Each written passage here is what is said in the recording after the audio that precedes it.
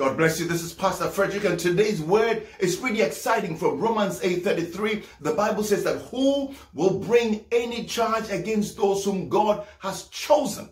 It is God who justifies. You see, in God's economy, He has made provision such that nobody can bring a charge against you. A charge is something people hold against you for one thing or another. And in this world, folks will try to bring meritless and baseless charges against you. Let me take you to Numbers 12, and it's ridiculous.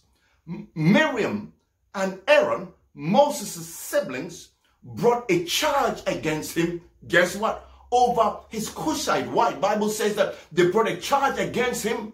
They began to talk against Moses because of his wife. The Bible says because he had married a Cushite wife. You know what that means? Because he had married a woman of color, a black woman. They didn't have problems with his ministry, with his leadership, with his anointing. They didn't dispute that. But they held a charge against Moses for daring to marry a black woman. Does that have merit? Absolutely not. Nobody has a right to bring a charge against you over ethnicity, and you want to hold on to this word.